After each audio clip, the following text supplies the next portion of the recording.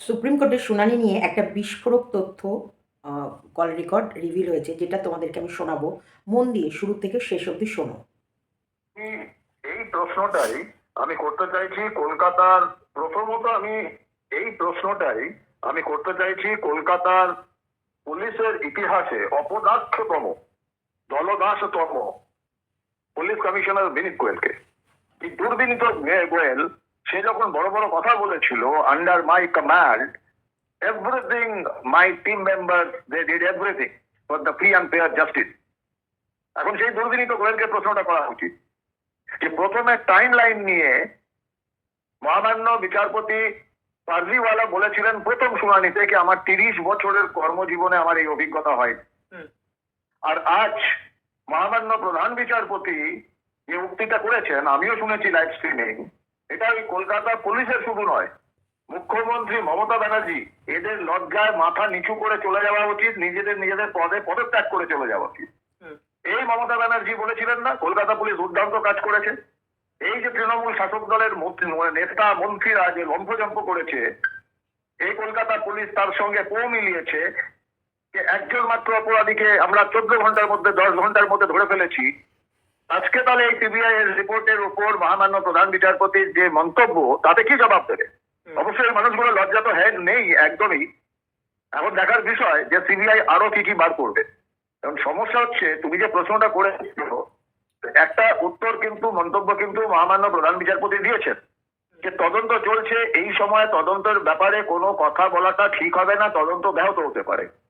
কিন্তু আমি সম্পূর্ণ মর্যাদা রেখেই মহামান্য প্রধান বিচারপতির মন্তব্যের উপর সম্পূর্ণ মর্যাদা রেখেই সাধারণ নাগরিক হিসাবে বা এই পেশার সঙ্গে দীর্ঘ 3 দশকের বেশি কাজ করার অভিজ্ঞতার ভিত্তিতে বলতে পারি যে এই রিপোর্টগুলো এমন কিছু জিনিস দেখাচ্ছে যেখানে বোঝা যাচ্ছে, যেটা আমি আগে বলেছিলাম, যে এই আমাদের হতভাগা এই বোনটির অভয়ার তার মৃত্যু পরোয়ানা লেখা হয়েছিল আগে এবং অত্যন্ত সুচারু রূপে তাকে হত্যা করা হয়।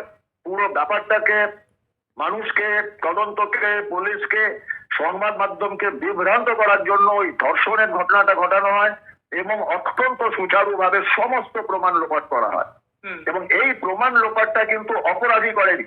যে একজন অপরাধী বলে যাকে সঞ্জয় রায়কে দেখা হচ্ছে, যেটা আমি কোনোমতেই বিশ্বাস করি না যে সঞ্জয় রায় নিশ্চয়ই অপরাধী, কিন্তু একা নয়, তার সঙ্গে আরো অনেক লোক ছিল। কিন্তু এই প্রমাণ লোপের ব্যাপারটা শুধু এই অপরাধী একজন, দুজন বা তিনজন করেনি। এই প্রমাণ লোপাটের ব্যাপারটা করেছে অত্যন্ত দক্ষ, নিজের পেশায় চূড়ান্ত দক্ষতার অধিকারী। সে ফরেন্সিক এক্সপার্ট হতে পারে, সে ইনকোয়েস্ট এক্সপার্ট হতে পারে, সে আইনজীবী হতে পারে এবং অবশ্যই সে পুলিশের অত্যন্ত লোক হতে পারে, যারা কমপ্লিট এই তদন্তের প্রসেসটাকে ডিফারেন্ট পার্টে তাদের প্রচুর অভিজ্ঞতা রয়েছে। এইরকম ভাবে একটা সুচারু রূপে একটা নারকীয় ঘটনার প্রমাণ লোপাট করার যে ষড়যন্ত্র করা হয়েছিল, আমার মনে হয় সিবিআই সে সম্পর্কে কিছু সুস্পষ্ট ইঙ্গিত দিয়েছেন, যার জন্য মহামান্য প্রধান বিচারপতি এবং মহামান্য প্রধান বিচারপতি ডিভিশন বেঞ্চ তারা আজ এত বিচলিত। কারণ ভুলে গেলে চলবে না যে একজন, দুজন বা তিনজন অপরাধী মিলে গ্যাংরেপ করে হত্যা করেছে তা নয়। এটার পেছনে যেরকম ভাবে ষড়যন্ত্র দেখা যাচ্ছে, সেটাতে বোঝাই যাচ্ছে, যেটা আমি রিপিট করলাম, একটু আগে বললাম, যে অতি দক্ষ মানুষ এবং দুর্ভাগ্যজনক ভাবে তারা সরকারের অংশ এবং সরকার থেকে তাদের বাঁচানোর চেষ্টা করা হচ্ছে বলে অভিযোগ। এই ব্যাপারটাই মনে হচ্ছে মহামান্য প্রধান বিচারপতি, ডিভিশন বেঞ্চ সেটা তারা দেখে বিচলিত হয়েছে। কারণ ভারতবর্ষের ইতিহাসে অপরাধ বহু ঘটেছে। আমরা কার্টুন, উন্নাও বিভিন্ন জায়গার কথা বলেছি, দেখেছি ঘৃণ্যতম অপরাধ। কিন্তু অপরাধটাকে বা মাফিয়াদের এরকম ভাবে যে ইনস্টিটিউশনালাইজ করা হয়েছে, একটা প্রাতিষ্ঠানিক রূপ দেওয়া হয়েছে, সেটা আমার মনে হয় বিরল থেকে বিরলতম ঘটনা ভারতবর্ষের আইন ন্যায় বিচার ব্যবস্থা। সেজন্যই ওনারা এত বিচলিত হয়েছে। অনন্যা। দীপাঞ্জন দা, আর একটা জিনিস আপনি যেটা শুরুতেই আপনার উত্তর যখন আপনি শুরু করলেন তখন আপনি বলেছিলেন যে আমি লাইভ টেলিকাস্ট দেখেছি, আপনি এই কথাটা বলছিলেন। এই লাইভ টেলিকাস্টের প্রশ্নেই আর একটা প্রশ্ন স্বাভাবিকভাবে চলে আসে যে সুপ্রিম কোর্টে আজকে রাজ্যের পক্ষ থেকে কপিল সিব্বল আর্জি জানিয়েছিলেন যে সরাসরি সম্প্রচার বন্ধ রাখা হোক এবং তিনি বলেছিলেন যে এই শুনানি লাইভ স্ট্রিমিং হলে আইনজীবীদের উপর ব্যাপক প্রভাব পড়ছে, আমাদের 50 বছরের রেপুটেশন প্রশ্নের মুখে পড়ছে, আমরা তো অভিযুক্তের হয়ে লড়ছি না। এবং তার উত্তর কি দিয়েছিলেন মহামান্য প্রধান বিচারপতি সেটাও আমরা শুনেছি। তিনি বলেছিলেন যে লাইভ স্ট্রিমিং বন্ধ রাখা কোনোভাবেই যাবে না, কারণ এটা জনস্বার্থ মামলা। প্রশ্নটা হচ্ছে যে কেন মানে বিচারপতি চন্দ্রচূড়ের কাছে কেন কপিল সিব্বল লাইভ স্ট্রিমিং বন্ধ রাখতে চাইলেন বলে আপনি মনে করছেন? দেখুন, তাহলে আমাকে প্রথমে আপনার উত্তরটা দেওয়ার আগে আমাকে একটা আলাদা বিষয় বলতে হবে, যে এই যে বাংলার মুখ্যমন্ত্রী মমতা ব্যানার্জি যে গত 10-12 দিন ধরে যে নাটকটা করলেন, আমি আবার রিপিট করছি নিজের দায়িত্বে, যে নাটকটি করলেন অত্যন্ত কুৎসিত একটা নাট্যরূপ দিলেন যে লাইভ স্ট্রিমিং করা যাবে না বিচারাধীন বিষয় বলে। উনি কি মহামান্য প্রধান বিচারপতির থেকেও বড় কোনো বিচারপতি দেখেছেন নাকি উনি নিজেই বিচারপতি? এটা তো আমরা শুরু থেকে বলেছি যে লাইভ স্ট্রিমিং এর যে যুক্তি দিচ্ছেন সম্পূর্ণ অসাধ, কারণ ওখানে এমন কোনো কিছু ডিসকাশন হবে না যেটা রাষ্ট্রীয় সুরক্ষার জন্য বিপজ্জনক। এবং এটা আমি তোমাকে বলি যে কালকের যে একটা সোকল কালমিনেশন দেখা গেল, যে দাবি মেনে নিয়েছেন, কোনো দাবি মানেননি, এবং এই লাইভ স্ট্রিমিং এটাকে দিয়ে রেখেছেন যাতে ওনার আইনজীবী যে রাজ্যের প্রতিনিধিত্ব করছে কপিল সিব্বল আদালতে গিয়ে বারবার জুনিয়র ডাক্তার এবং তাদের আন্দোলনটাকে কলঙ্কিত করার চেষ্টা করতে পারে, যে জুনিয়র ডাক্তাররা এই লাইভ স্ট্রিমিং এর অজুহাতে মিটিং করছেন না, মুখ্যমন্ত্রীর সঙ্গে বসছেন না এবং কোনো সহযোগিতা করছেন না, এটার একটা লজিক্যাল কনক্লুশনের জন্য, এবং তার জন্য নাকি বাংলার লক্ষ লক্ষ লোক তারা বিপদে পড়ছেন এবং বহু মানুষ নাকি মারা গিয়েছেন। এটা সম্পূর্ণ অসত্য। আর এইরকম অসত্য যদি কোনো আইনজীবী, একটা ভুলে গেলে চলবে না যে এই আইনজীবীরা কিন্তু একটা মহৎ পেশার মধ্যে রয়েছেন, আমি সম্পূর্ণ সম্মান জানিয়ে বলছি, কারণ ভারতবর্ষের ন্যায় বিচারের মূল কথাই হলো you are innocent unless proven guilty. সেজন্য প্রতিটা অপরাধীর কিন্তু অধিকার রয়েছে তার জন্য ডিফেন্স কাউন্সিল দাঁড় করানো, তার বক্তব্য শোনানোর আজমল কাসেবেরও ছিল, সবারই থাকতেই পারে, সেটাকে আমি অস্বীকার করছি না। কিন্তু যেরকম ভাবে আপনি জেনে শুনে একটা অন্যায়কে কভার আপ করার চেষ্টা করছেন, আপনার কাছে যুক্তি নেই, প্রযুক্তির সাহায্য নিয়ে বাংলার লক্ষ লক্ষ কোটি কোটি মানুষের ন্যায্য দাবি অধিকার আদায়ের লড়াইকে কলঙ্কিত করার চেষ্টা করছেন মহামান্য প্রধান বিচারপতির আদালতে দাঁড়িয়ে, তার জন্য বাংলার মানুষ আপনাকে কোনোদিন ক্ষমা করবে না। বাংলার মানুষের মনে আপনার নাম কিন্তু কালো অক্ষরে লেখা থাকবে। আপনি হতে পারেন ভারতবর্ষের অন্যতম সর্বশ্রেষ্ঠ আইনজীবীদের মধ্যে একজন। রাম জেঠমালানি সাহেবও ডিফেন্স কাউন্সিল ছিলেন সারা জীবন, এই ইন্দিরা জয় সিং ছিলেন, এখনো আছেন, অভিষেক মানু সিংভিও ছিলেন, কিন্তু বারবার কপিল সিব্বলের নামে কেন আসছে? কারণ উনি কুযুক্তির সাহায্য নিয়ে শুধু অপরাধীকে আড়াল করার চেষ্টা করছেন না, উনি বাংলার কোটি কোটি মানুষের যে ন্যায় বিচারের অধিকার আন্দোলন যে চলছে, বাংলায় একটা জনজাগরণ শুরু হয়েছে, গণ আন্দোলন হয়েছে, যেটা স্বাধীনতার পরে আর দেখা যায়। 1942-এর কুইট ইন্ডিয়া মুভমেন্ট মহাত্মা গান্ধীর নেতৃত্বে, তারপরে এরকম জন আন্দোলন দেখা গেল, এটাকে কলঙ্কিত করার চেষ্টা করছেন। এর জন্যই মানুষ ক্ষমা করবে না, এবং এটা কপিল সিব্বলের মতো একজন ধুরন্ধর মানুষ এটা বুঝতে পেরেছেন যে লাইভ স্ট্রিমিং এ উনি যে প্রযুক্তির অবতারণাগুলো করছেন, এবং যথাযোগ্যভাবেই মহামান্য প্রধান বিচারপতি ডিভিশন বেঞ্চের দুজন প্রধান বিচারপতি এবং মহামান্য প্রধান বিচারপতি যেভাবে ওনাকে প্রশ্ন করছে, উত্তর দিতে পারছে না, তো ওনার ক্যারিয়ার, ওনার ক্রেডিবিলিটি সবকিছু প্রশ্নের মুখে এসে দাঁড়িয়েছে, এবং মানুষ বুঝছে যে ওনার কাছে কোনো তথ্য নেই, ওনার কাছে যুক্তি নেই, যেটা আছে শুধুমাত্র কুযুক্তি, এবং কোনো বিশেষ একটা উদ্দেশ্য নিয়ে হতে পারে উনি এই অপরাধীদের আড়াল করার চেষ্টা করছেন বা বিচার ব্যবস্থাকে প্রভাবিত করা বা বিভ্রান্ত করার চেষ্টা করছেন। এটা ওনার থেকে ভালো কেউ বেশি বুঝিয়ে না, ওই জন্যই ওনারও লাইভ স্ট্রিমিং এ আপত্তি। আর ওনাকে যিনি অ্যাপয়েন্ট করেছেন, ওনার যে কোট আনকোট মালিক বা মালকিন, ওনারও লাইভ স্ট্রিমিং এ আপত্তি, কারণ এক্সপোজ হয়ে যাবে, মানুষের সামনে এদের স্বরূপ প্রকাশিত হয়ে যাবে, সেই জন্যই সমস্যা লাইভ স্ট্রিমিং এ। দীপাঞ্জনদা, যে বিষয়টা আমরা এর আগের বারে যখন কোর্টের পক্ষ থেকে যখন বিচারপতি চন্দ্রচূড় যে কথাগুলো বলেছিলেন, এবং তারপরে সাধারণ মানুষের মধ্যে যে প্রতিক্রিয়া, একটা হাল ছাড়া হতাশ ভাব দেখা গেছিল, আজকে কিন্তু ঠিক তার উল্টো। তার কারণ এর আগের বার যখন বিচারপতি চন্দ্রচূড় তিনি বলেছিলেন যে ডাক্তাররা যদি এখনো কাজে না ফেরেন, সেক্ষেত্রে রাজ্য যদি কোনো স্টেপ নেয়, আমরা সেক্ষেত্রে রাজ্যকে মানে ডাক্তারদের পক্ষে কোনো রকম ভাবে সওয়াল করবো না বা কোনো কথা শুনবো না, এই জাতীয় একটা কথা যখন বলেছিলেন, তখন সাধারণ মানুষ একটা হাল ছাড়া ভাবে চলে এসেছিল যে এটা কি হলো। কিন্তু আজকে যে পরিস্থিতিটা দেখা গেল, যে যখন জুনিয়র ডাক্তারদের উকিল তিনি যখন বলছেন যে সিনিয়র ডাক্তাররা ঘন্টার পর ঘন্টা কখনো কখনো ওভারটাইম কাজ করছেন, ডাক্তারদের সম্বন্ধে ভুল তথ্য পেশ করছে রাজ্য, এবং সেই বিষয়টাকে কিন্তু প্রধান বিচারপতিও এগ্রি করলেন, এবং তিনি বললেন যে ডাক্তারদের ভাবমূর্তিকে কালিমালিপ্ত করার যে প্রচেষ্টা রাজ্য সরকারের পক্ষ থেকে উকিলরা করছেন, সেটা বন্ধ করা হোক। কি বলবেন এই বিষয়ে? আমি একটা প্রথমে বলি, সাধারণ মানুষ বাংলার যে কোটি কোটি মানুষ বা সারা পৃথিবীতে যে সমস্ত বাঙালিরা শুভবুদ্ধি সম্পন্ন বাঙালিরা আন্দোলনে নেমেছেন, আপনাদের সবার উদ্দেশ্যে বলি, এটা কিন্তু T20 ম্যাচ নয়। আর ভারতবর্ষে ওই শরিয়তি কানুন চলে না যে 2 ঘন্টার মধ্যে কাজীর বিচার হয়ে গেল, মাথা কেটে দিল, হাত কেটে দিল। ভারতবর্ষে ন্যায় বিচারের একটা পদ্ধতি রয়েছে, প্রক্রিয়া রয়েছে, এবং এটা তো ঘটনা যে এই পদ্ধতি প্রক্রিয়া কিন্তু সমস্ত ন্যায় বিচারের প্রার্থী যারা তাদের জন্য প্রযোজ্য। ভারতের ন্যায় বিচারের যে পরিকাঠামো সেই হিসাবে কিন্তু সময় লাগবে, তদন্তে সময় লাগবে। এত বড় ষড়যন্ত্রকে উদ্ঘাটন করা, তারপর বিচার প্রক্রিয়ার মধ্যে যাওয়া অনেক সময় লাগবে, বেশ কয়েক বছর লাগবে। মানুষ যেন পিছুতেই না ভাবে যে আমি 3 দিনের মধ্যে বা 5 দিনের মধ্যে এই বিচার হয়ে যাবে।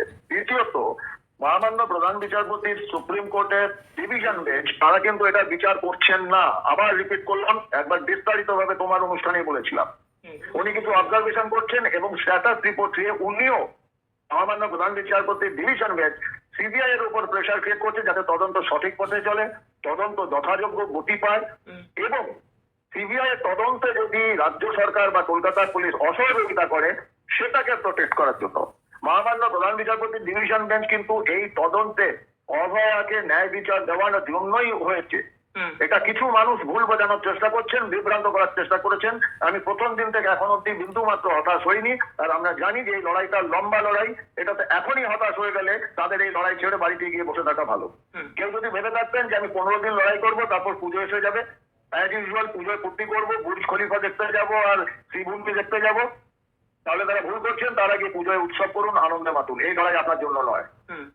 দ্বিতীয় যেটা তুমি বললে এটা খুব গুরুত্বপূর্ণ, যে মানুষের এই লড়াই এরকম ভাবে গণচেতনা জেগে উঠেছে বাঙালির, যেটা বাঙালির বদনাম ছিল যে বাঙালি ঘুমিয়ে রয়েছে। আমাদের এই হতভাগ্য এই বনটি কিন্তু কান ধরে সারা পৃথিবীর বাঙালিকে উঠিয়ে দিয়েছে যে এবার যাবো, না হলে দেরি হয়ে যাবে। আমার তো আমি প্রাণ দিলাম, আমি শহীদ হলাম এত বড় ধর্মযুদ্ধের জন্য, কিন্তু আমার প্রাণ দেওয়াটা যেন ব্যর্থ না হয়। আর সেটার থেকে যদি আমরা কোন রকম শিক্ষা না পাই, হতাশ হয়ে যাই, তাহলে হতাশ হওয়াটাই ভালো। তারা বাড়িতে বসে থাকুন, এই লড়াই আমাদের চলবে।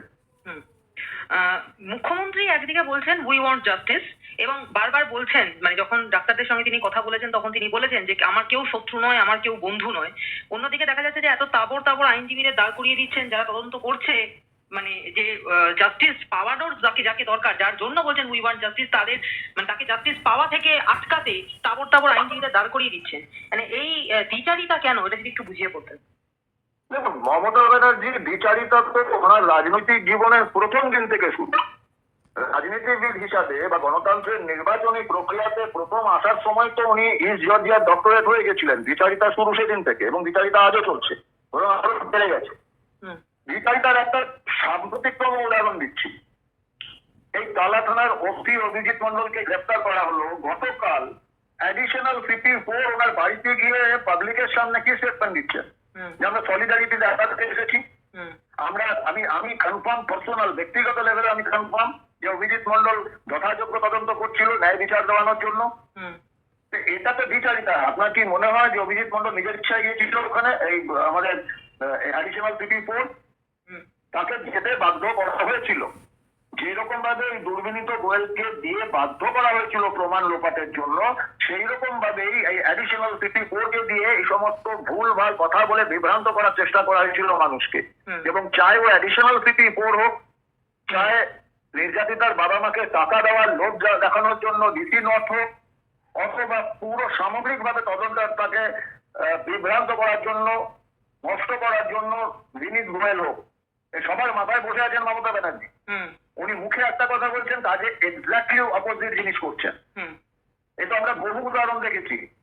উনি এদিকে বলছেন যে সব দাবি মেনে নেওয়া হলো, উনি জানেন না যে উনি কি বলছেন। পদ থেকে সরিয়ে দেওয়া মানে পুলিশ কমিশনারকে সরিয়ে দিচ্ছি। উনি কি ভাবেন যে উনি একাই বুদ্ধিমতী বাংলায়? চতুর্দিকে তো খবর উঠছে, শুনছি আমাদের এখানেও আসছে যে বিনীত গোয়েল নাকি সেন্ট্রাল ডেপুটেশনে যাচ্ছেন, এবং তাতে মুখ্যমন্ত্রী পারমিশন ছাড়া হয় না। উনি পারমিশন নীতিমধ্যে দিয়ে দিয়েছেন যে সাপও মনে হলো লাঠিও ভাঙলো, বিনীত গোয়েলকে সরিয়ে দিলাম, ওর সঙ্গে কোট আনকোট ইনজাস্টিস করলাম না, কারণ ও আমার হয়ে অনেক কাজ করেছে। বাংলায় মানুষ যেতে পারলাম, আমি সরিয়েই দিয়েছি বাংলা থেকে। তাদের সরতে পারবে না, বিনীত গোয়েলকে তদন্তের আওতায় আসতে হবেই, আজ না হয় কাল। উদাহরণ 2, যেটা তুমি বললে যে এদিকে বলছেন আমিও ন্যায় বিচারের জন্য আন্দোলন করছি, রাস্তায় নেমেছি, রাস্তায় নেমে বলেছিলেন নির্যাতিতার ফাঁসি হোক। উনি সেটাই চাইছেন যাতে নির্যাতিতা বিচার না পান। উনি সেটাই চাইছেন যাতে নির্যাতিতা বিচার না পায়, তার জন্যই কপিল সিব্বলের সঙ্গে 22 জন উকিল রোজ গিয়ে মহামান্য প্রধান বিচারপতি ডিভিশন বেঞ্চে চেষ্টা করছেন প্রতি মুহূর্তে প্রতি পদক্ষেপে জুনিয়র ডাক্তারদের আন্দোলন, মানুষের গণ আন্দোলনকে কলঙ্কিত করবার এবং তদন্তকে বিভ্রান্ত করে সময় নষ্ট করার জন্য, যেটা সাধারণ মানুষ বলে থাকে তারিখ পে তারিখ, সেটাই এরা করে যাচ্ছে। কিন্তু আর এটা নিজেদের ইচ্ছা করছে না, এবং তার জন্য কোটি কোটি টাকা ব্যয় হচ্ছে কিন্তু বাংলার করদাতা মানুষদের থেকে। উনি ভেবেছেন নাকি যে উনি দ্বিচারিতা করতে থাকবেন, বাংলার মানুষ চুপচাপ সহ্য করবে, দেখতে থাকবে? ওনার দ্বিচারিতা এক্সপোজ হয়ে গেছে। বাংলার বাচ্চা ছোট ছোট বাচ্চাদের চোখে উনি যদি দেখতে পারেন, ওনার চশমার পাওয়ার বেড়ে গেছে। ডাক্তার দেখান, চোখটাকে ঠিক করুন। ছোট ছোট বাচ্চা ছেলে মেয়েদের চোখে আপনার প্রতি ঘৃণাটা দেখতে পাবেন। এবং আপনার সময় এসে গেছে বানপ্রস্থে যাওয়ার, সন্ন্যাস নেওয়ার। নাহলে বাংলার মানুষ আপনাকে বানপ্রস্থে পাঠাবে, সন্ন্যাস নেওয়াতে বাধ্য করবে। দীপাঞ্জন দা, আজকে কোর্টে যেটা দেখা গেল যে নির্যাতিতার বাবার চিঠিতেই রয়েছে এমন কিছু তথ্য যা মোড় ঘুরিয়ে দেবে তদন্তের। প্রধান বিচারপতি সেই রকমই পর্যবেক্ষণ করেছেন এবং এই চিঠিতে নাকি গুরুত্বপূর্ণ কিছু লিডস রয়েছে। 12 সেপ্টেম্বর সিবিআই কে চিঠি পাঠিয়েছিলেন তিলোত্তমার বাবা এবং সেই চিঠিতে যে সম্ভাবনা এবং ইনপুট দিয়েছেন সেগুলো সিবিআই গুরুত্বের সঙ্গে তদন্ত করে দেখুক সেই নির্দেশ দিয়েছেন বিচারপতি চন্দ্রচূড়। কি বলবেন? নিশ্চিত ভাবেই যে দেখো যা হয়েছে পুরো ঘটনার পুঙ্খানুপুঙ্খ যে বিবরণ, কারণ উনি তো ফার্স্ট পার্সন। তিলোত্তমা বলো বা অভয়ের বাবা মা, তারা তো ফার্স্ট পার্সন, তাদের সন্তানকে হারিয়েছেন। তারা দেখেছেন পুলিশের অত্যাচার, তারা দেখেছেন আজিগর হাসপাতালের কি সাংঘাতিক ভাবে ষড়যন্ত্র করা হয়েছে এবং ওনাদের বিভ্রান্ত করা হয়েছে, বসিয়ে রাখা হয়েছে 3 ঘন্টা। তাদের একমাত্র কন্যার শবদেহ দেখতে দেওয়া হয়নি, যেখানে বহু মানুষ ঢুকে বসেছিল ভেতরে তদন্তের গতি প্রকৃতিকে নষ্ট করার জন্য, প্রমাণ লোপাট করার জন্য, অথচ বাবা মাকে দেখতে দেওয়া হয়। এবং এরকম অনেক কিছু রয়েছে, শ্মশানঘাটে টুকরো করে দাহ করে দেওয়া ইত্যাদি প্রভৃতি, এবং ওনারা সেটা ফার্স্ট পার্সন হিসাবে নিজেরা দেখেছে। এবং আমার মনে হয় আরো বেশ কিছু তথ্য ওনারা দিয়েছেন ওনাদের কমপ্লেনে, সেটার জন্যই সেটাকে উল্লেখ করেছেন মহামান্য প্রধান বিচারপতি। তদন্তের স্বার্থে এর বেশি কিছু আমার বলাটা ঠিক হবে না। দীপাঞ্জন দা, সিসি ক্যামেরার ফুটেজ নিয়েও কিন্তু প্রশ্ন উঠেছে। ফিরোজ এডুলজি তিনি প্রশ্ন তুলেছেন, জনস্বার্থ মামলাকারী বিজয় কুমার সিংহের আইনজীবী হিসেবে ফিরোজ এডুলজি তিনি আদালতে প্রশ্ন তুলেছেন যে কলকাতা পুলিশ কেন 27 মিনিটের ফুটেজ দিল, বাকি ফুটেজ কেন দিল না। তার অভিযোগ যে সিজার লিস্টে নির্যাতিতার জিন্স এবং অন্তর্বাস নেওয়া হয়নি এবং একই সঙ্গে প্রশ্ন যে নমুনা কবে পরীক্ষার জন্য পাঠানো হলো। এবং এর সঙ্গে তিনি এটাও জুড়ে দিয়েছেন যে যেদিনকে তার তদন্তের জন্য তার বডিটা নিয়ে যাওয়া হয়েছিল সেদিনকেই কিন্তু সেই নমুনা সংগ্রহ করা হয়নি। এরপরে একজন ম্যাজিস্ট্রেটের হাত দিয়ে শুক্রবার সেই সমস্ত জিন্স এবং অন্তর্বাস এবং অন্যান্য যা যা জিনিস ওখান থেকে পাওয়া গেছে ক্রাইম জোন থেকে, সেগুলো সমস্ত পাঠানো হয়েছে। অন্যদিকে শনি এবং রবিবার দুদিন ফরেন্সিক ল্যাব বন্ধ থাকে, তাহলে কিভাবে ঠিকঠাক তদন্ত হলো, কিভাবে ফরেন্সিক টেস্টটা ঠিক মতো হলো, সেটা নিয়ে তিনি প্রশ্ন তুলেছেন। এবং এডুলজির দাবি সিসি ক্যামেরার ডিভাইস ব্লক করা হয়ে থাকতে পারে, সেই জন্যই রাজ্য যেটা দাবি করছে যে 7 থেকে 8 ঘন্টার ফুটেজ দেওয়া হয়েছে, সেই ফুটেজ মাত্র 27 মিনিটের এসছে সিবিআই এর হাতে। কি বলবেন?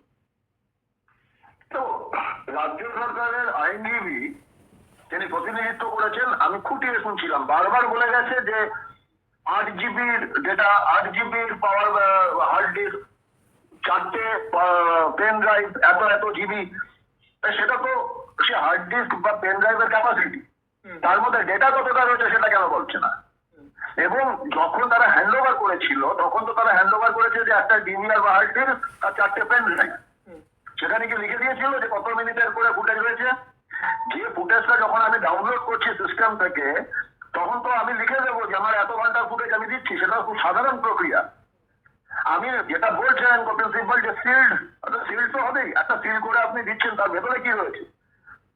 8 ঘন্টা যদি ওটাতে 15 জিবি বা 20 জিবি বা 25 জিবি তার ক্যাপাসিটি হয়, স্টোরেজ ক্যাপাসিটি, সেটা লেখা যাচ্ছে, কিন্তু তার মধ্যে ডেটা কতটা রয়েছে সেটা কেন লেখেননি? উনি কি লিখেছেন যে 8 ঘন্টার ফুটেজ আমরা হ্যান্ড ওভার করছি? না উনি লিখেছেন বা পুলিশের লোক লিখেছে যে আমরা এই হার্ড ডিস্ক হ্যান্ড ওভার করলাম, এটা 20 জিবি তার ডেটা স্টোরেজ? লিখেছেন যে কত মিনিটের ফুটেজ রয়েছে? 4টে পেন ড্রাইভ আমরা হ্যান্ড ওভার করছি, 6 জিবি বা 8 জিবি করে এক একটা পেন ড্রাইভ, লিখেছেন যে কত জিবি ওর মধ্যে ডেটা রয়েছে? তো এটা তো পরিষ্কার বোঝা যাচ্ছে। এই প্রশ্নের জবাব তো দিতে হবে, যে হ্যান্ড ওভার করেছে তাকে জবাব দিতে হবে, কারণ সিবিআই সরাসরি এই জিনিসগুলো উল্লেখ করেছেন মহামান্য প্রধান বিচারপতির আদালতে। এটা আমি বিশ্বাস করি যে আমাদের সঙ্গে সেরকম ভাবে তঞ্চকতা করা হয়, কোট আনকোট তঞ্চকতা করা হয়েছে, ঠিক করা হয়েছে। দুর্ভাগ্যজনক ভাবে সেটা কিন্তু করেছে কলকাতা পুলিশ। তার জন্যই আজকে অভিজিৎ মন্ডল অ্যারেস্টেড এবং আরো বেশ কিছু নাম খুব তাড়াতাড়ি তোমরা দেখতে পাবে, কিছু একজন হয়তো আইপিএস অফিসারও যেতে পারে বলে খবর শোনা যাচ্ছে। কপিল সিব্বল আজকে আদালতে বলেছেন যে 1997 সাল থেকে চালানের ব্যবহার বন্ধ, ভুল তথ্য দেওয়া হচ্ছে। তাহলে কি চালান ছিলই না? কি বলবেন? তাহলে তো কপিল সিব্বলকে জিজ্ঞাসা করতে হয়, তাহলে আগের দিন আপনি কি করে বললেন যে চালান কোথায়, আশপাশে খোঁজবে, চালান নেই, পাওয়া যাচ্ছে না। তারপর বললেন হাইকোর্টে আমরা হ্যান্ড ওভার করেছি। যদি চালানটা প্রযোজ্যই নয়, তাহলে আপনি প্রথম দিনই কেন বললেন না যে এই 1997 গল্পটা, সেদিন কেন বললেন না? এ তো বোঝা যাচ্ছে। আবার বলছি, এই সমস্ত এক শ্রেণীর মানুষ ভাবছেন বাংলার মানুষ শুধু নয়, ভারতবর্ষের মানুষ ন্যায় বিচারের সঙ্গে যে মহামান্য বিচারপতিরা রয়েছেন, সিবিআই এর মতো দেশের প্রিমিয়ার এজেন্সিতে যে সমস্ত অফিসাররা রয়েছেন, সবাই বোকা, সবাই অন্ধ বধির।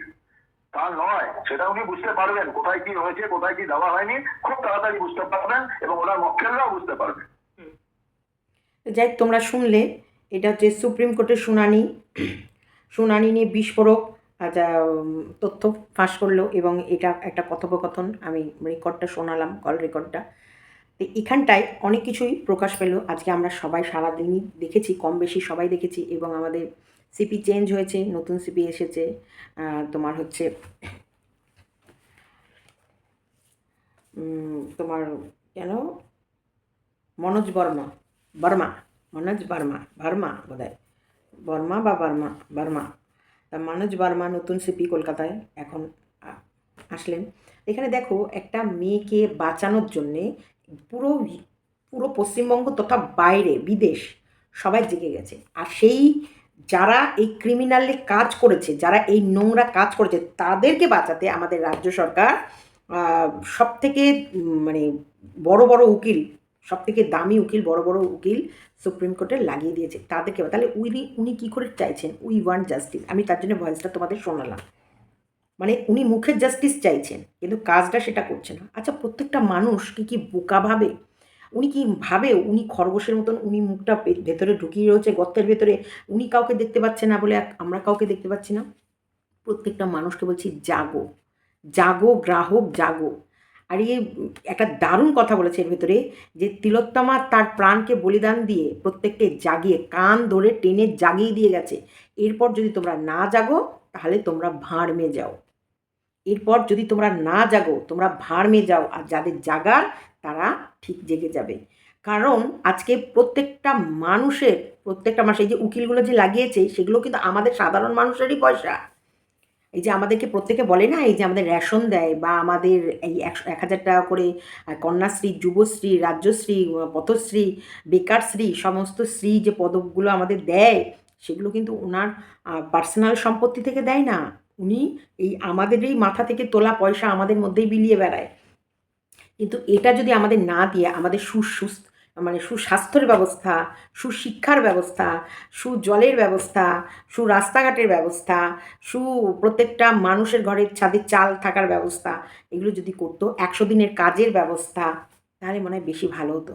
প্রত্যেকটা জায়গায় ঘাপলা। মিউনিসিপ্যালিটির এখন অবস্থা জঘন্য।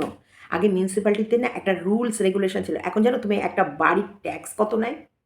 এই আমি যে বাড়িটায় থাকি, সেই বাড়ির ট্যাক্স, জলের ট্যাক্স, বাড়ির ট্যাক্স, রোড ট্যাক্স, প্রত্যেকটা জিনিসের সমস্ত ইলেকট্রিক বিল সমস্ত 3 গুণ 4 গুণ করে বেড়ে গেছে। সত্যি আমরা এই করতে এনেছিলাম? আমরা কি এই সরকারকে এই জন্য এনেছিলাম? না। দেখো, সরকার নিয়ে আমার আপত্তি বা ইয়ে নেই, কিন্তু হ্যাঁ, যার দ্বারা আমরা নিরাপত্তা পাবো, সেই যদি আমাদের নিরাপত্তা না দিয়ে আমাদেরকেই নরকে ঠেলে দেয়, তাহলে তো বলতেই হচ্ছে। জুড়ে তো রয়েছে এদেরকে নিয়েই সমস্ত মূল কাহিনীটা। আমি বলবো না, আমি এই রাজনীতি নিয়ে বলতে চাই না, কিন্তু ঘটনাটা ঘটিয়েইছে তো রাজনীতির লোক। আইপিএস অফিসার এর ভেতরে জড়িত আছে, খুব শীঘ্রই তারও নাম চলে আসবে। তোমরা শুনেছো নিশ্চয়ই। আমি এখানে কল রেকর্ডের যা কথোপকথন হয়েছে তার বাইরে বলছি না, কারণ একদম আজকে কোট আনকোট যেসব কথাবার্তা যা হয়েছে, সেই সব নিয়েই কিন্তু আমি মানে আমার ব্যক্তিগত কিছু ধারণা আমি তোমাদের সাথে শেয়ার করছি। আজকে কলেজে মেয়েকে ভর্তি করব, আজকে স্কুল পাশ করে যখন কলেজে যাবে, সেখানে রাজনীতি করতে হবে। যদি রাজনীতি না করো, তোমার চান্স নেই। আবার রাজনীতি করলেও দেখো, মেয়ে পড়াশোনা করুক চাই না করুক, মেয়ে ভালো নাম্বার নিয়ে পাশ করে যাবে, তাহলে সেই শিক্ষার দাম কী থাকলো, মানে কী থাকলো? যেখানে সেখানে ডাকলে রাজনীতির জন্য সেই সব পড়াশোনা বাদ দিয়ে তাদের সাথে রাজনীতি করতে যেতে হবে, ঝগড়া করতে যেতে হবে, মারামারি করতে যেতে হবে, লম্পটগিরি করতে যেতে হবে, যেখানে বলবে রাতের পর রাত সেখানে গিয়ে থাকতে হবে, কত ভোগের বস্তু হতে হবে। আজকে তিলোত্তমার বাবা, আজকে নয়, সিবিআইকে অনেক আগেই একটা খামে করে তাদের অনেক দরকারি কথা এবং অনেক তথ্য খামে করে ইয়েতে দেয়া আসা হয়েছে, সিবিআইয়ের কাছে জমা আছে। সেখানে কিন্তু ওনাদের উপর অত্যাচার এবং অনেক অজানা কথা ওই খামের মধ্যে আছে। সেটা নিয়েও আজকে সুপ্রিম কোর্ট থেকে জানিয়েছে যে ওই ব্যাপারটাও মানে তদন্ত করে দেখতে। তাছাড়াও কীরকম মানে সত্যি এখন আমরা কিন্তু সমস্ত কিছু এগিয়ে গেছে। আমাদের বললাম না, টেকনোলজি এখন অনেক অনেক ফাস্ট, অনেক এগিয়ে গেছে। এখন কিন্তু সে আগের মতো চন্দ্র রাজার গবুচন্দ্র মন্ত্রী আর মানে পচাচন্দ্র জনতা নেই। এখন জনতাও ইন্টেলিজেন্ট, প্রত্যেকটা নাগরিক, প্রত্যেকটা, তুমি শিক্ষা ব্যবস্থা হাল ভেঙে দিলে কী হবে? প্রত্যেকের মতো নিজের থেকে পড়াশোনা করে যাচ্ছে। সে নিজে নিজে তার লাইফের বিকাশের আলো সে নিজে আনাচ্ছে। তুমি স্কুলের ব্যবস্থা ঠিক করে না রাখো, তুমি চাকরির ব্যবস্থা ঠিক করে না রাখো। কালকে জুনিয়র ডাক্তাররা বলছিল আমরা রাজনীতি বুঝি না, আমরা চাই যেখানে ডাক্তারি করব শান্তিভাবে, সুষ্ঠুভাবে, আর আমরা পরিশ্রম করব পেশেন্টের ওপর, সেখানটায় থাকবে না কোনো রাজনীতি। সেখানে আমরা আমাদের লাইফ, যেমন আমরা মানুষের প্রাণ বাঁচাবো, আমাদেরও তো লাইফের সিকিউরিটি চাই।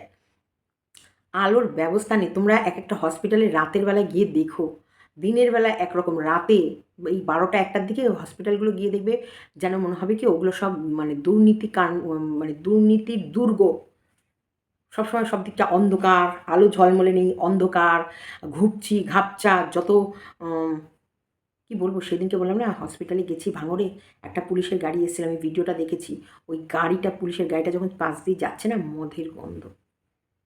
তার মানে অন ডিউটি থাকাকালীন গাড়িটা নিয়ে যখন পুলিশ ভ্যান নিয়ে সে ঘুরছে, সে পেশেন্ট হয়তো নিয়ে এসছে বা নিয়ে গেছে বা কোনো লাশ মর্গে রাখতে এসছে বা কিছু, তাহলে সেই অন ডিউটি থাকাকালীন গাড়ির ভেতরে এগুলোকে চেঞ্জ করতে হবে। কাজ এবং প্রত্যেকটা মানুষকে নিরাপত্তা মানে নিরাপত্তা, ডিউটি মানে ডিউটি। দিনের মতন আলো থাকবে সমস্ত স্বাস্থ্যকেন্দ্রে, যাতে রাত বিরেতেও পেশেন্টরা এসে, পেশেন্টের সাথে পেশেন্টের ফ্যামিলির লোকরাও আসে, তারা যেন ইনসিকিউরিটি ফিল না করে, তাদের যেন কোনো ক্ষয়ক্ষতি না হয়। যেমন ডাক্তারদের লাইফের সিকিউরিটি দরকার, তেমনি যেসব পেশেন্ট পার্টিরা আসছে বা পেশেন্টের ফ্যামিলির লোকরা আসে তাদেরও সিকিউরিটির দরকার। সেই সবেরও ব্যবস্থা করতে হবে, সুব্যবস্থা করতে হবে। চারিদিকটা যেন মনে হচ্ছে কি সেই আতঙ্কময়, সেই মানে কি চারিদিকে মনে হচ্ছে জল্লাদ, মানুষরূপী জল্লাদ ঘুরে বেড়াচ্ছে। কে কখন কাকে খ্যাঁচ করে মেরে দেবে, কে কখন কাকে এফোর ওফোর করে দেবে কেউ জানে না। আজকে একটা খবরে দেখছিলাম বাসের মধ্যে তোমার একটা ক্লাস 8-এ পড়া মেয়েকে তার বয়ফ্রেন্ড, একই গ্রামে বাড়ি, তার বয়ফ্রেন্ড গলা এদিক থেকে ওদিক। মানে কোন জায়গায় পৌঁছে গেছে। তো প্রত্যেকটা জায়গায় প্রত্যেকটা জিনিসকেই দেখতে হবে। আর যদি রক্ষকই ভক্ষক হয়ে যায়, সত্যিই সমাজকে রক্ষা করা যায় না। তাহলে সেই সমাজ রক্ষককে পাল্টাতে হবে। যে রক্ষক সেই যদি ভক্ষক হয়, তাহলে সেই রক্ষককেই পাল্টাতে হবে। আজকে তিলোত্তমা দারুণ, আমার এই কথাটা খুব ভালো লেগেছে যে তিলোত্তমা বা অভয়া সে তার নিজের প্রাণকে বলিদান দিয়ে প্রত্যেকটা বাঙালি যারা ঘুমাচ্ছিল, যারা বিশ্বাস করছিল যে যা করছে করুক, আমরা আমাদের মতো চলবো, তাদের কানে আঙুল দিয়ে, তাদের ঝাঁকিয়ে দেখিয়ে দিয়ে গেল, ওঠো, এরপর যদি বেশি দেরি করো তাহলে মানে কবর হওয়ার জন্য রেডি হও। সন্দেশখালি সমস্ত পাড়ায় পাড়ায় তৈরি হবে। প্রত্যেকটা পাড়ায় পাড়ায় এক একটা করে যে বারোয়ারি আছে সেইখানটায় তৈরি হবে এক একটা হিংস্র নরখাদক পিচাস। আর তারা তোমাদের পাড়ার সমস্ত ঘরে ঘরে ঢুকে বৌজিদের বের করে নিয়ে যাবে। শুরু হওয়ার আগে থামাও। কি করে? আজকে অবশ্যই দেখো, যে ক্রিমিনাল তার পাশেও একটা লয়ারের দরকার। কিন্তু আজকে এই আমরা যদি দেখতাম না, রাজ্য সরকার থেকে এই লয়ারগুলো যদি তিলোত্তমার পাশে দিত, তাহলে বলতাম না আমাদের সত্যিকারের মন্ত্রী জাস্টিস চায়, তিলোত্তমার জাস্টিস চায়। ওর বিরুদ্ধেই এই বড় বড় উকিলগুলো দাঁড় করিয়ে দিয়ে, উনার পয়সা দিয়ে উনি উকিল দাঁড় করিয়েছে, ওনার মানে রাজ্য সরকারের তহবিল থেকে যাচ্ছে এইসব পয়সাগুলো। আর মুখে বলছে আমি জাস্টিস চাই, যে করেছে তার। অথচ সিসিটিভি ক্যামেরার 8 ঘন্টা, মানে বলছে 8 ঘন্টা, 7-8 ঘন্টা 27 মিনিট। কারণ মানে কি সুন্দর এখানে ব্যাখ্যা করলো যে তুমি একটা সিল প্যাকে একটা হার্ড ডিস্ক, একটা সফট ডিস্ক, হার্ড ডিস্ক এবং তুমি চিপ দিয়েছো, সেটা এই কোম্পানির, তাতে এত জিবি ধরে, মানে এত জিবি ভিডিও ওর ভেতরে থাকবে। কিন্তু তুমি কি বলেছো তুমি এতটা দিয়েছো? দারুণ দারুণ পয়েন্টগুলো, কিন্তু দিয়েছে কতটুকু? 27 মিনিটে, সেটাই লেখেনি। তো যাই হোক, আমাদের বিচারপতি চন্দ্রচূড়ের ওপরে কিন্তু যারা অনেকে বিক্ষোভ করেছিলেন, কিন্তু তারা এখন অনেকটাই আগে প্রথম দিন যেভাবে কেস ডিলে হয়েছিল বা ঠেলা হয়েছিল, সেখান থেকে আজকে অনেকটাই স্বস্তির নিঃশ্বাস পেয়েছে। জুনিয়র ডাক্তারদের ওপর থেকেও যে খাড়া জ্বলছিল সেটাকেও মোটামুটি উনি রিলিভ করেছেন যে না, নিরাপত্তা পেলে অবশ্যই ওরা ওদের মতো কাজে ফিরবে। তো যাই হোক, চোখে আঙুল দিয়ে দিয়ে আমাদের কোথায় কোথায় তিলোত্তমার বিচার পেতে কেন দেরি হচ্ছে, বা বিচারের যেগুলো যেগুলো ওনাদের ইয়ে আমাদের যে পুলিশ প্রশাসন যেগুলো যেগুলো করণীয় ছিল, অবশ্যই এটা তো রাজ্য সরকারেরই দায়িত্ব। একটা মেয়ে মারা যাওয়ার পর যেই সব জিনিসগুলো যেগুলো মানে যেগুলো বলে না যে বেসিক যেসব কর্মগুলো করার দরকার ছিল সেইগুলোই করা হয়নি কেন? এটা রাজ্য সরকারের কাছে জবাবদিহি করেছে। এই যে এগুলো আমার মনে হচ্ছে অবশ্যই আশার আলো আছে। নিশ্চয়ই আমরা জিতব, নিশ্চয়ই আমরা পার হব, নিশ্চয়ই আগামী দিন আমাদের তিলোত্তমা বিচার পাবে এবং আমরাও এই বন্দি জীবন থেকে মুক্তি পাবো, আমরাও স্বাধীনভাবে বাঁচবো। আর সবথেকে ইম্পর্টেন্স এই মেয়েদের নাইট ডিউটি নিয়ে যে কথাটা হচ্ছিল, সিকিউরিটি দাও, সাহস দাও, সিকিউরিটি দাও, শিকল পরিও না মেয়েদের পায়ে যে না বেরোতে পারবে না, যাবে না। তারা নারী পুরুষ সমান সমান, পুরুষ যা যা করতে পারবে নারীও সেই কাজগুলো করতে পারবে, পুরুষ যতটা খাটতে পারবে নারীও তার থেকে বেশি খাটতে পারবে। কিন্তু নারীর যে দুর্বল জায়গা দুর্বল করে তাকে পায়ে শিকল পরিয়ে রেখো না, তাদেরকে সিকিউরিটি দেওয়ার ব্যবস্থা করো। একটা ছেলেরও সিকিউরিটির দরকার, একটা মহিলারও সিকিউরিটির দরকার। যা ভালো সিকিউরিটি হলে কখনোই তাদের কোনো ক্ষতি হবে না, তাদের কোনো ক্ষতি না হলে আর পাঁচজনাও সুস্থ জীবন কাটাবে। চলো, ভিডিওটা এতটুকুই রাখলাম। ভালো লাগলে অবশ্যই লাইক কমেন্ট শেয়ার, এবং যারা নতুন চ্যানেল দেখবেন, we want justice, we demand justice, তিলোত্তমার জাস্টিস আমাদের চাই।